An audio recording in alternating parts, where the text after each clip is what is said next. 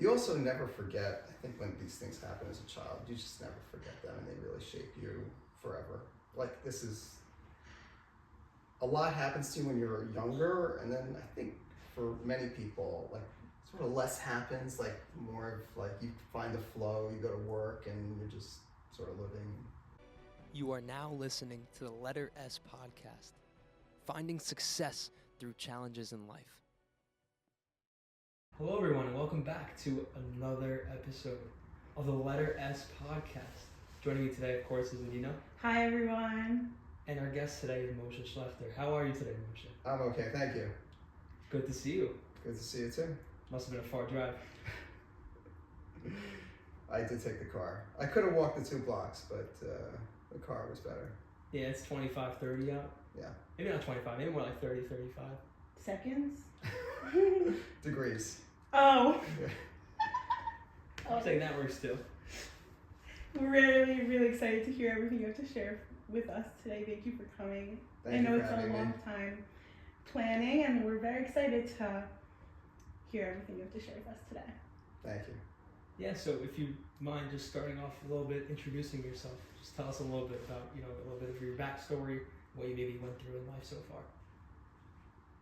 Okay, so I think the reason why you asked me to the show is because my mother died when I just turned 19, and it affected my life a lot.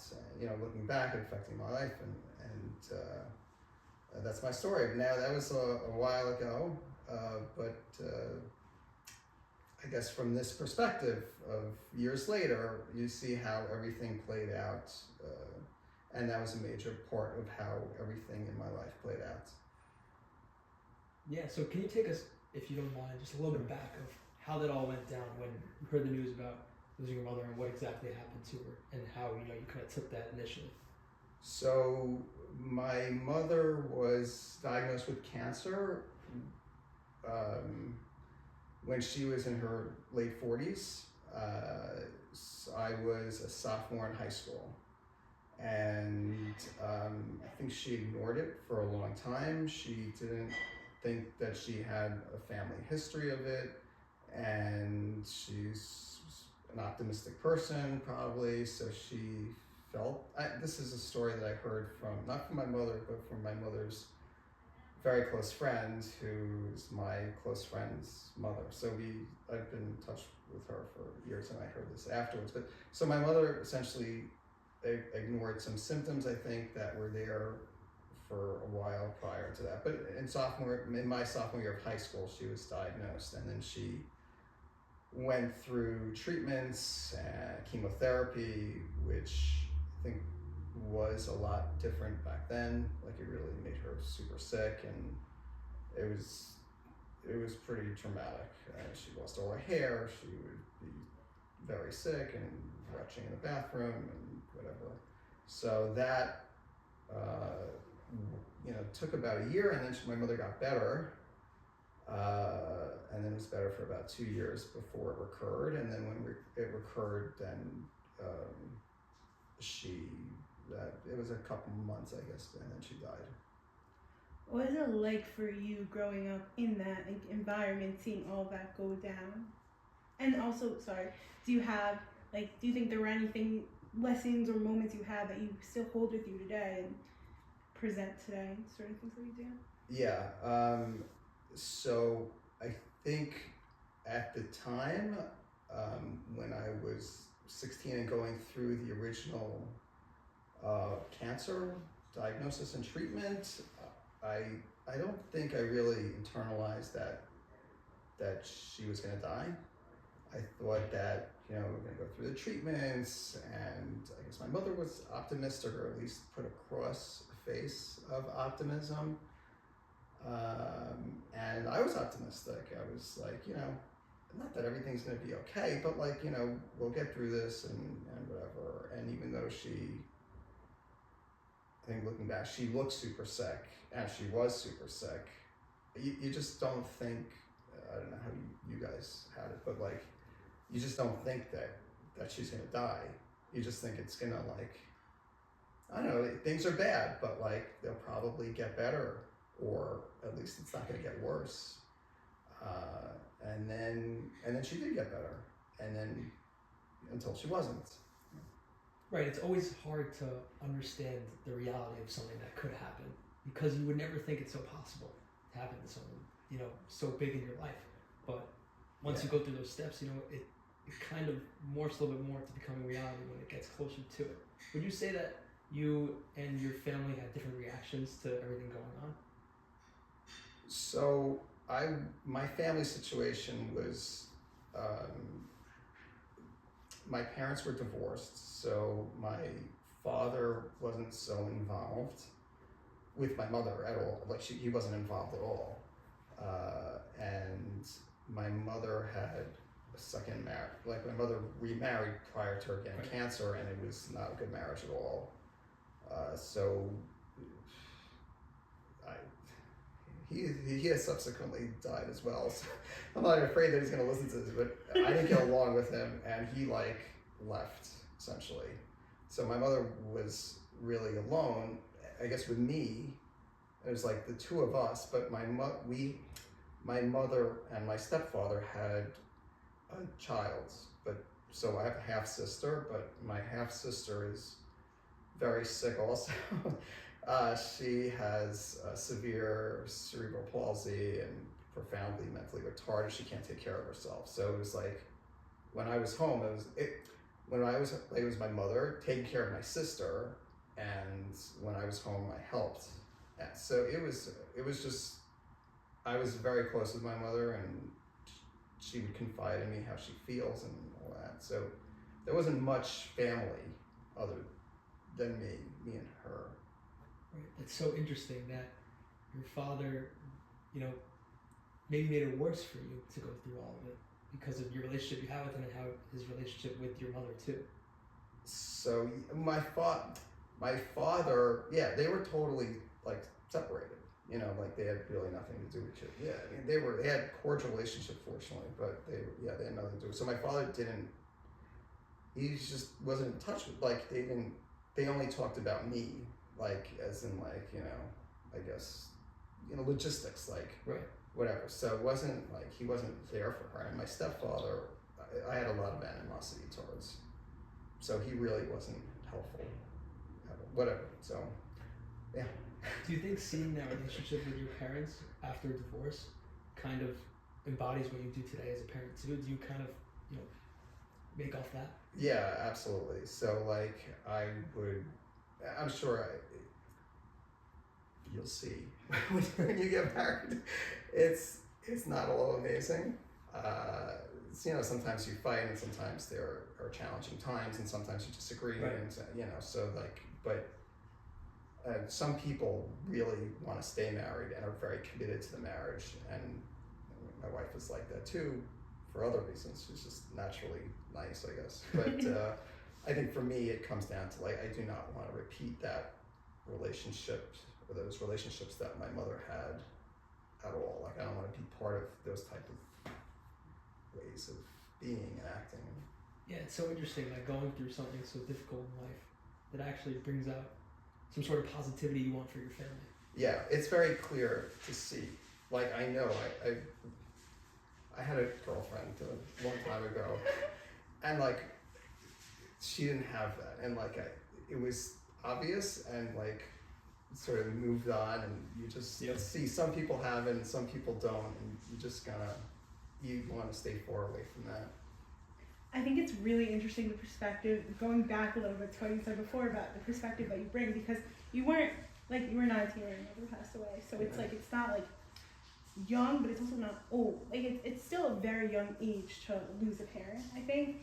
And I think that, like, my father also had cancer, and I say this like a lot in every episode, but I'll just like reiterate because it really connects to what you were saying, that you really remember like everything your mom went through, and how like first she like tried to ignore it, and then she was throwing like all these things, and it's just like so interesting because as an 8-year-old, because I was 8, I was like half your age then, which is crazy to think of that, right? 8, yeah, okay. And you're half my age now. Yeah.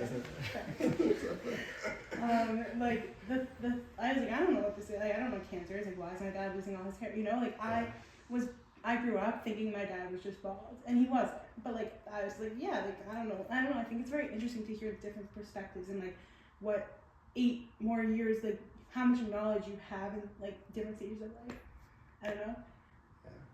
You also never forget. I think when these things happen as a child, you just never forget them, and they really shape you forever. Like this is.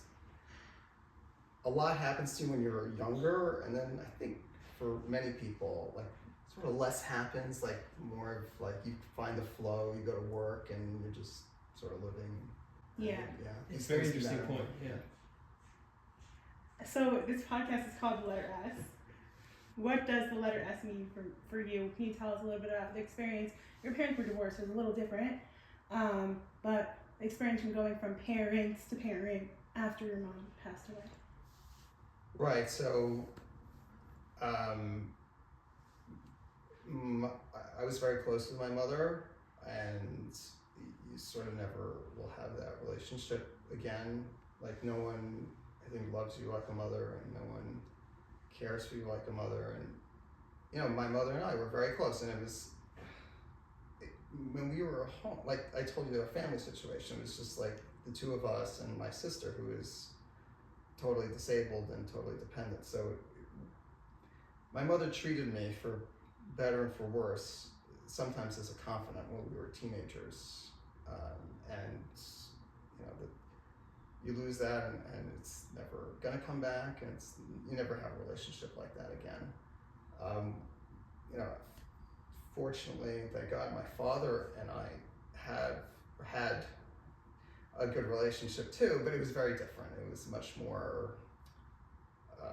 It was less close, less personal. Like we didn't share our innermost feelings with each other, at all. So it was a very different entity. And you know, listen, it's wonderful to have a parent that loves you, but you know what my mother and I had. It's never gonna happen again. I thank you for sharing all of that. I want to give you both a scenario that I just thought of. I was talking with my friends yesterday on Chavez, and we were talking, it kind of ties into this question, but we were talking about how when you're applying for something, it says like, give your parents information. And one time I was applying for something, this is a crazy story, but I was applying for something, and it said like both parents, and like it was required, and it would not let me move on to my next question without putting in my father's email address, which like they weren't gonna get like a response, like I wasn't gonna put it in. So I wrote deceased.org, which is like kind of crazy, and I didn't get an interview or a job. But what would you guys? Wow. What would you guys do? I don't know. Like I kind of think it ties into the question of the letter S, right? Like people aren't necessarily the most sensitive of the fact that not everyone has two parents for a multitude of different reasons. This one focusing on losing one at a young age. What would you guys do? Yeah, I don't know. I felt alone. I think it's not going to answer your question, okay. but I felt alone a lot of times. I remember the mourning process with my mother, and no one understood. And I had friends come over, and teachers come over, or whatever. I didn't have really a community, but whoever was involved would come over, and just there was no one in that situation, and no one understood, and it was hard to talk to someone. Like I couldn't talk to anyone that understood, and I didn't find anyone that knew what I was talking about. I think that's what you're sort of getting at. Yeah. And I didn't have the same problem with the job application. I mean, So first with the job application, I think what I would just do, just to move on to the next step, is put in like my sister's contact information, and then put in parentheses sister. So Yeah. you kind of get the feeling like you're not gonna get that second parent information. Like you want to Like another emergency contact I would put in. No, I don't think I would write deceased.org. I think I'd write something else, something more of like an emergency contact. Yeah, that's very Yes. smart. But back to what you were saying, Moshe. So this was during, like when it all happened was when you were getting into college. right. So I was coming so I went, after high school, I went abroad for a year. And then when I was abroad, I guess it was June, and started talking about spending the summer abroad also, like to travel. And I had good friends, and it was like, you feel like it's once in a lifetime. They're like, you can't go because your mother got cancer again. And so then I had to finish my finals at the university that I was at, and that actually was tough. I failed my first final. I heard the news the night before my calculus final, and so I failed that, and I couldn't concentrate at all. I failed that. Fortunately, I got it stricken from my record. Anyway, so That's good. Yeah, yes, it is very good, because I might not be in the same job I have now if I had a F in calculus. Anyway, so then I finished the other finals and came back, and so I came back, and my mother was then living with her brother. So we didn't have, my stepfather, her husband, wasn't traditionally supportive. So my mother moved into my uncle, her brother, and then I spent the summer there, and then I went off to college, and then within a couple of weeks of college, she died. I had to come back and do mourning and so forth. What was that like leaving college? And did you feel that you had any type of support from where you were in school, or from your friends at school, or in general? Can you walk with, because your family situation was very complicated. So what was that like? Right. So it was horrible. It was horrible. Yeah, listen, it's horrible whenever it happens, but it's, a different level of horribleness, I think, depending on how old you are, what your family situation is, and so forth. So yeah, it's, my mentality at the time was probably age appropriate, but I wasn't thinking of anything serious. I was like, kind of wanted to, do well academically, but I think the most important thing in my mind was socially, having friends and going out, and I was pretty social and had a girlfriend and whatever. So it was very hard to sort of stop the life that I was having and Right. come back and mourn, and then go back and you're a different person, and you don't have the same concerns and thoughts of everyone else. You're just totally by yourself. You're an island, and no one understands what you're going through, and everyone's talking about nonsense. They're talking about their classes, and they're talking about whatever, and you're like, what the hell just happened? And so it was very hard. And no one understands. It doesn't mean that they're not supportive, because it was very supportive. My girlfriend at the time is my wife now, and she was very supportive, just in terms of being there for me to talk and so forth. I don't think that I bared my soul to her, regularly. Right. But just having people around who love you is extremely important. So do you think that one way that you got through it right after it all happened, you went back to college, was having one person very close to you being able to be supportive, and that led you to being able to be successful throughout the challenge that led through the rest of college and so on? So she wasn't in my school. She was in New York and I was in Philadelphia. But I had close friends in college as well. So I was fortunate to be surrounded by good friends, let's put it that way, and people that cared about me and cared about what I went through, that they didn't understand, or they couldn't understand, and you couldn't connect to them about it, but it was okay. You get through it, and you just gotta just keep going and suck it up and keep going. Right. Was there anything else along the way that's gotten you through it that very much helped you? So I was talking to Anina about this before. I wrote a journal, because that was really, no one understood, and I couldn't talk to anyone about it. No one understood, and I think I had at the time a few close relationships with girls, and like the way that I am with women is like you don't want to seem vulnerable. Like that's not just the way Right. I am. So so I would write it down. Someone suggested it, and it was great. I would write a lot, and I was very much wanted to find it and read it and before this podcast, but I was not able to find it. I know it's somewhere, but I haven't actually ever read it. Even afterwards, I wrote it, and it's got to be like at least 70 pages or something. Wow. Yeah. So you don't have to get too in depth in your journal because of course that's your private stuff. Well, I don't even know what's there. Right, that's true. But is there anything specific that you wrote in, maybe like a topic or two that helped you through? No, I would write my feelings down, and sometimes I couldn't Just control. anything that you thought. Yes, it was like totally a stream of consciousness. Like you just write what you're feeling, and I think at the time I didn't think that I would read it or anyone would read it. It was just to let out your emotions. Journaling's such an interesting thing, and we've had other people come on the podcast who have been like, yeah, I read a journal.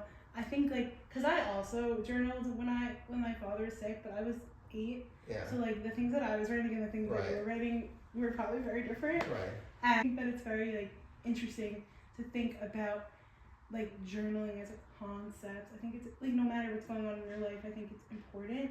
I also want to go back to something you said a few minutes ago about how like people would just say ridiculous things to you, and just like there's a whole like concept of like at a Shiva house how people like don't know what to say. People will bring up the most ridiculous things. What do you think that like could be done to kind of not have it happen? Like so. Also curious to hear what a ridiculous thing is too. Well, so Yeah. this is we're talking about my mother dying. Afterwards, a while later, I had a daughter who died, and I had 2 people say the most disgusting things, which that was a while ago too, and I remember them very well. One person said, because I was showing pictures of my daughter, and they said to me afterwards, they're like, oh, you're showing pictures like it's a birthday party.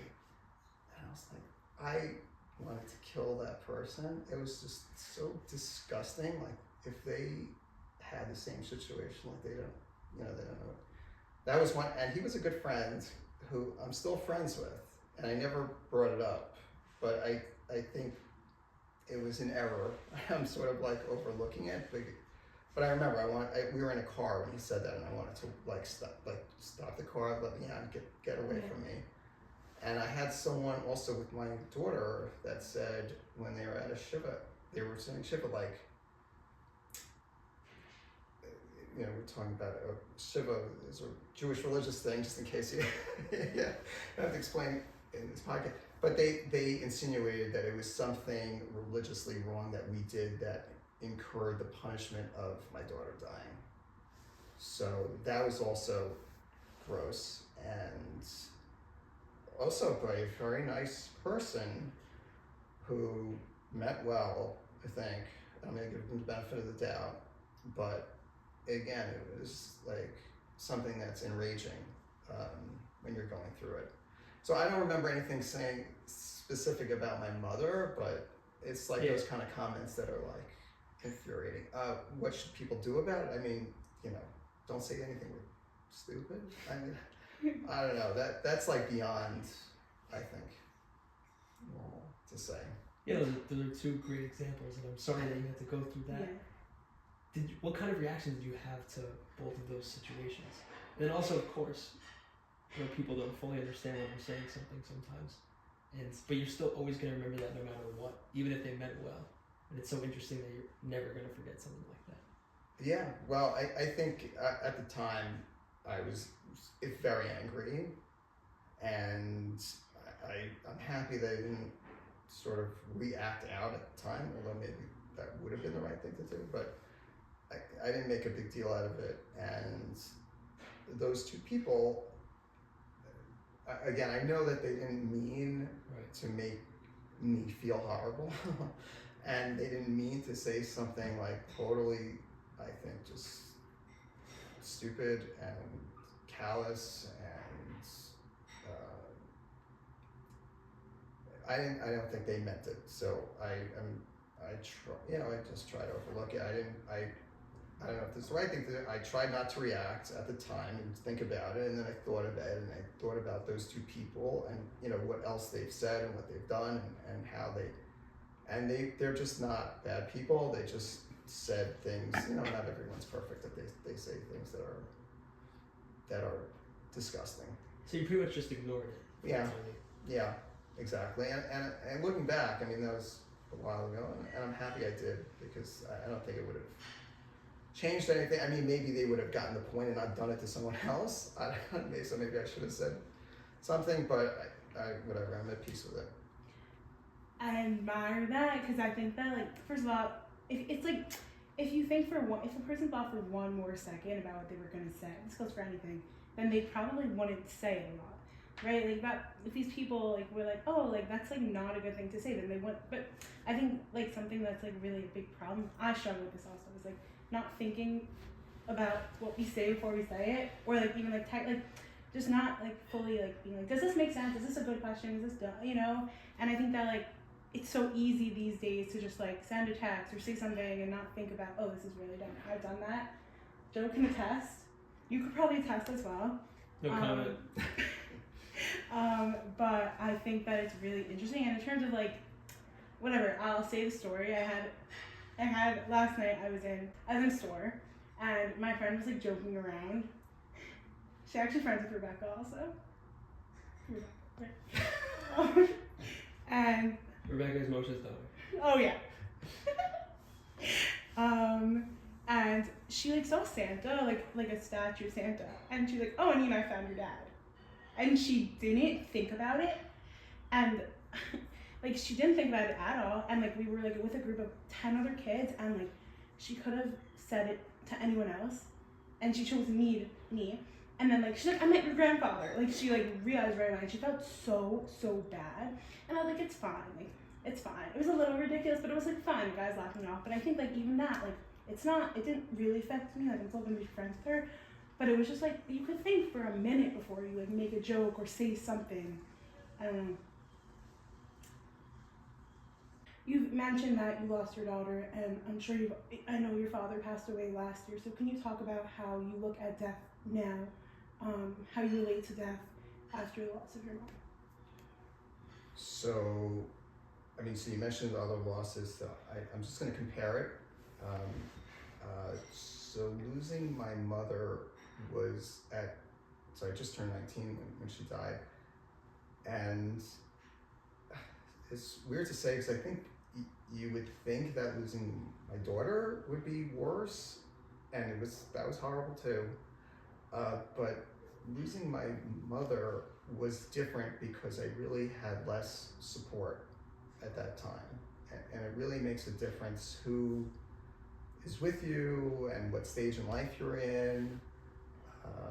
So when I lost my mother, I think I was blessed to have good friends, but I really didn't have close family. When I lost my daughter, my wife and I were in that together, and that made it a lot easier looking back. And it was also, you're more of an adult, and I think that also you're more in control of your emotions and your whatever. I guess I had some experience with death and whatever. Losing my daughter at the time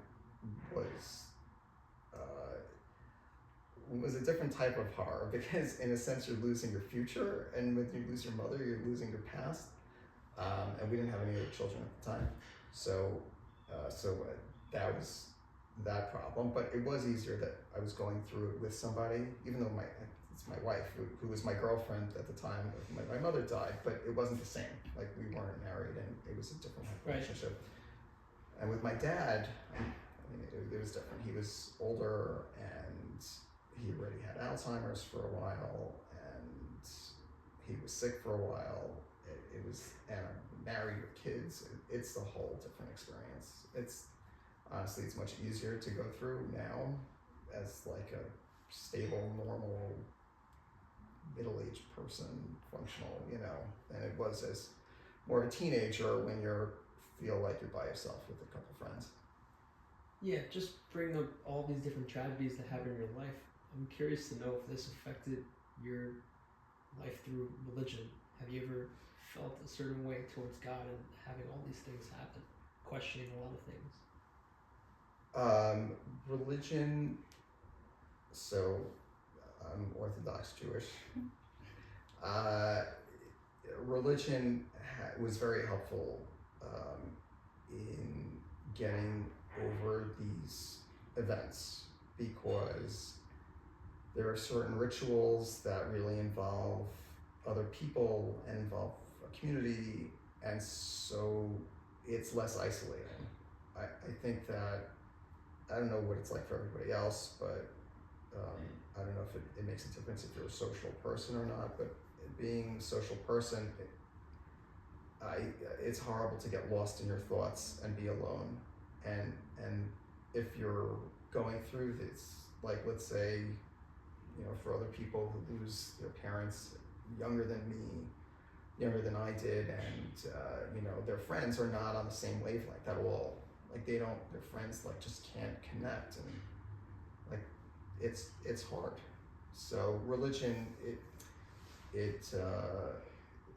going to services, it's comforting because you're with other people, and other people are acknowledging what you're going through, even if the other people are not your peers, age-wise, or in the same situation in life. It's comforting, and so it was helpful. As far as belief in God, I was very philosophical in the years past, but I don't know that it affects, it's so affected by that. Yeah, I think it's interesting. I think that some people have a reaction where it's like, I don't believe in God anymore. How can you do this to me? What should I why is this happening to me? I didn't do anything wrong. And then there's other people who are just like, Yeah, I think this is the first time I heard this kind of approach on the podcast, where it's like, you know what, this is life, and it happened, and it's not time to be questioning it and taking it to another level, because I might not know the answer to that, if that's what a level you're trying to get at, but that it's part of life, and that this is what it is. Yeah, it's also, again, I was, in a sense, it's terrible to lose your parent at that age, but on the other hand, I was fortunate, and I find this I'm a doctor, with patients, sometimes they're like, they have something horrible happen to them, and then they're like, oh, I'm fortunate that it wasn't worse. And I think it's a healthy attitude when my patients say that, but I'm gonna say that about myself, because my mother was really there until I was 18. So that's really when you need your mother the most, for those years. And then I lost her as soon as I needed her less. So I'm lucky in that way. Wow, yeah. That's an amazing attitude to have, and something very good to share. I try to take that in too. And now I'm definitely going to try a little bit more, just to appreciate that you had that parent for all those years, and you could have had them for even none. Yeah. The fact that you had them for some is a very, very important way to look at it. Yeah, I agree. What was it like going through these big milestones without your mom? Like getting married and having children, raising children. What was that like for you? Yeah, that's definitely points that you miss your mother, because that if she would be there, that would be the parents kind of live for that, or that's the impression I get. And it's a shame, because she would have loved, I was her pride and joy, and she would have loved to have been there when I got married, when we had kids, and she would have been a great grandparent, not great grandparent, but a great grandparent period. So yeah, it's hard, it's tough, it's always in the back of your mind, but whatever, it's not your choice, so you don't have a say in it, but it's always on your mind at those milestones, especially for me when we got married, because my mother met my wife, they knew each other because they were common friends and whatever, so yeah, she liked my wife. And were there certain things during these times when it was difficult that your mother wasn't there that you tried, like what did you do during those moments? Or did you just like embrace that it was hard? Once I tried to have someone like substitute in for her, that didn't work that well. What does it mean? Yeah, I'm kind of interested to know a little bit more about that. So there was a, I don't want to say this, but there's this point in the marriage that when you get married, the parents, they break the kalem. Okay, yeah. Right, so I was going to have someone fill in for her, and it didn't go over well with my wife's side. Do you have any questions for us? What I've said did you connect with about your experiences? I think what you're saying has been very good and a lot of amazing advice that you've given. And I think a little bit of what I try to do, like I mentioned before, is appreciate a lot of what we have. And I try to do that more and more. And everything in life, whether it's a parent or clothing or whatever I really have, but I kind of resonated with that and just focus it on all aspects of life. I think, 100%. I think it's very interesting hearing you speak because, like, Rebecca's one of my best friends. So, and like I've been to her house a bunch. So, like hearing like this part of you, like I knew all of this, but not like in this depth. So I think that like that's something that I connect to. But more specifically, I think about what you said. It's kind of the same thing as Joe, but you could have had your parent for less time. And it's just what you said. That's okay. Appreciating the time that you do have. Because a lot of the time, like, I think about how you could lose anyone in any moment. And then you never know which moment's going to be your last, which is something I talk about a lot. But it's more like, instead of like being like, yeah, you could lose anything anytime, which is true, also appreciate the time you have. Because something I struggle with a lot is like not appreciate, which I also say a lot, not appreciating what I have until it's too late. But it's not, I don't feel like that's like the end. Like I think that like, okay, I didn't appreciate my father when I had him the most that I can, but now I could be grateful for the time that I had with him instead of just being sad that I didn't appreciate him enough when he was alive, So I think that and also like just what I said in the beginning about the difference in perspectives of age and family dynamics and all of that, I think it's very interesting because I don't know, like when I hear that someone passed away from cancer, I like instantly like just feel like, oh yeah, like I know what that's like because my dad. So I think that that's really interesting, and the differences in what people understand at a different age. Yeah. And recently, also, I've coming to notice after going to yeshiva, and asking those questions like why this happened, stuff like that. After realizing that getting my answers was not the real thing, but really understanding that it all happens, it comes from God, whatever it is. You might not know the answer, but to move on in life, take some lessons out of it. And through this podcast, even before that, I've been working on that and doing that a lot more. So it definitely resonated when you mentioned that you pretty much picked that up from the beginning, and I found it very fascinating. That's something I'm kind of resonating with. I have a question for you now. How do you think that this loss impacted? You have a family, you have a job, very successful, thank God. Good patience. That's it. How do you think that this tragedy, this loss in your life, impacted who you are today? So, I think it made me much more serious earlier in life. I think that I really was not serious at all and not looking to be serious when I was right before my mother died, and I was just like kind of looking to have a good time and to go out, and then this happened and my mother dying happened, and then all of a sudden it's like life changed and I became more serious, and I wonder if like I wouldn't have married my girlfriend at the time, like I would just not be on that track.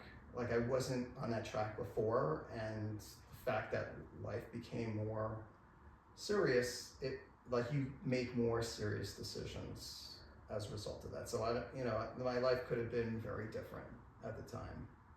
When you met, and now, yeah. when you made these decisions, did you know that you were doing these things because of No. that? No, you were just like, yeah, like I'm making decisions. Yeah, like Yeah, I was that the makes most sense. serious of my friends after my mother died, and most serious in terms of going out and sort of building a life earlier than my friends were. And I think that was a big part of it. Yeah, it's interesting because people say like when you lose a parent, it's like you have to grow up faster and you have to mature. Right. Let me ask you, Joe. I want to ask you a question because Sure. I just know your father died, but he died very suddenly. Yes. And that's like as opposed to I think our Yeah. and that is a whole. I feel like it's a different entity because not that I definitely was not prepared, and I told you like your parent gets sick and you're not prepared at all for something that you should intellectually know that has a very good chance of happening. Right. But with you, it's like I think it was one day to the next. Yes.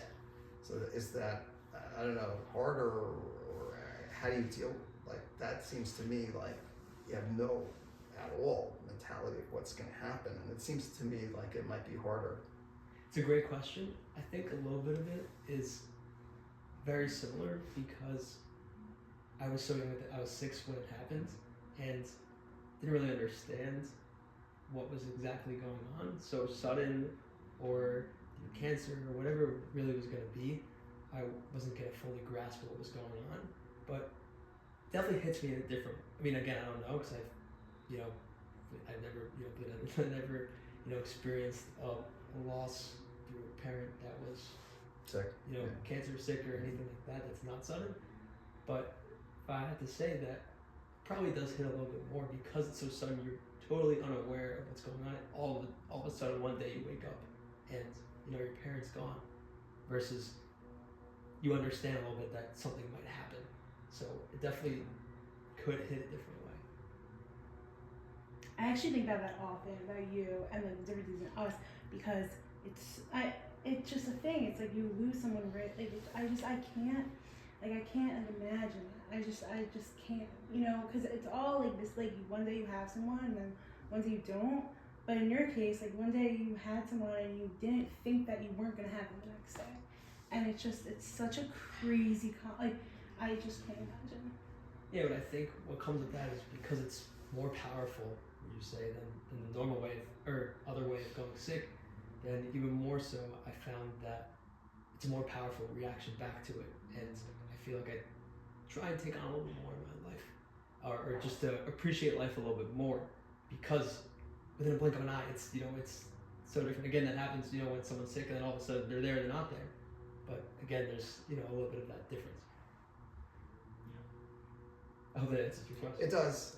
It's so interesting. I actually think about it often. Not like in a weird way, just like I think, like I think about it because I just like you see these TV shows where like someone died dramatically and then it's like a real it's just insane to me.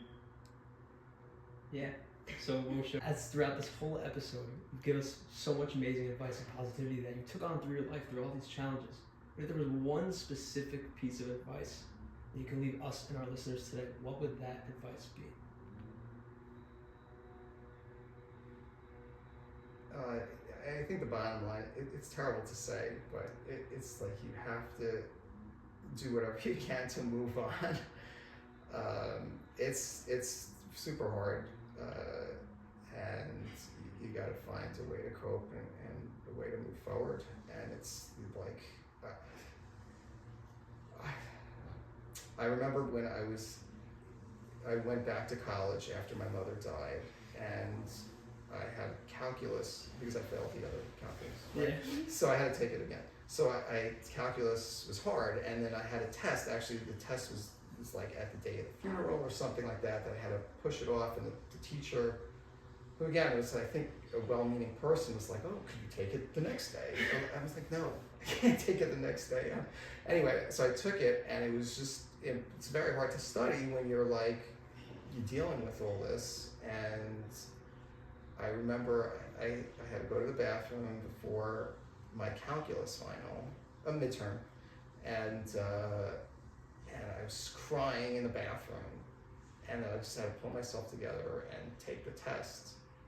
And it was just like took everything I had, I don't know if that's advice, but that's like the way really it is. Like you just got to move on.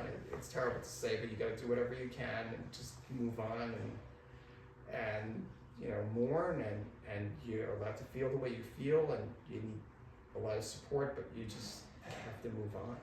No, I think it's a very important lesson to leave us with. I wouldn't say it's terrible or anything. You said, I get it because it's not so positive, but sometimes the truth hurts a little bit, but 100% with what you said, that life does move on and you need to find a way to cope with it. Of course, you could take that out of time before you go all the way back to normal life to figure out what to do with it, but life does move on, and I think that's very important that you said that for us and for our listeners. So thank you so much for that, and thank you so much for coming with us today. What do you think the line is between moving on and not moving on? Because you don't want to totally, right? No, of course. You need to memorialize the person, and you're always going to stay connected to the person and honor the person, your parent, that they were talking about. So that's very important. But as much as you can, you have to, I think, use what you got and be able to do that at the same time as moving forward. You don't want to be, it's natural to be depressed, but you don't want to be in a depression that you can't leave your house or your bed or your whatever, and you're just on your phone, all the time or whatever. You have to get back within the swing of things, and then that means that you're going to do whatever it takes to do both at the same time. Memorialize your parents, and at the same time, that doesn't mean the next day go out and nothing happened. That's Right. not the proper way to act. But you have to follow the mourning rituals that you're familiar or comfortable, whatever it is with, and do what you need to do, and then have time to reflect on your parents and have time to connect, however that is, be it with friends, or with journals, with family, going to the cemetery, whatever it is. There's a time that you need to do that, but at the same time, it can't totally envelop your life as much as possible. Yeah, I think that's a great answer. Thank you so much for coming and Thank speaking you. on the podcast. It's great to have you. Thank you very Thank you much. so much. Thanks. Thank you again so much for listening to another episode of the Letter S podcast, inspiring one life at a time. Please make sure to check out our Instagram at the Letter S podcast _. If you have any questions or are interested in hopping on a mic with us, feel free to email us at theletterspodcast@gmail.com. And as always, stay in touch.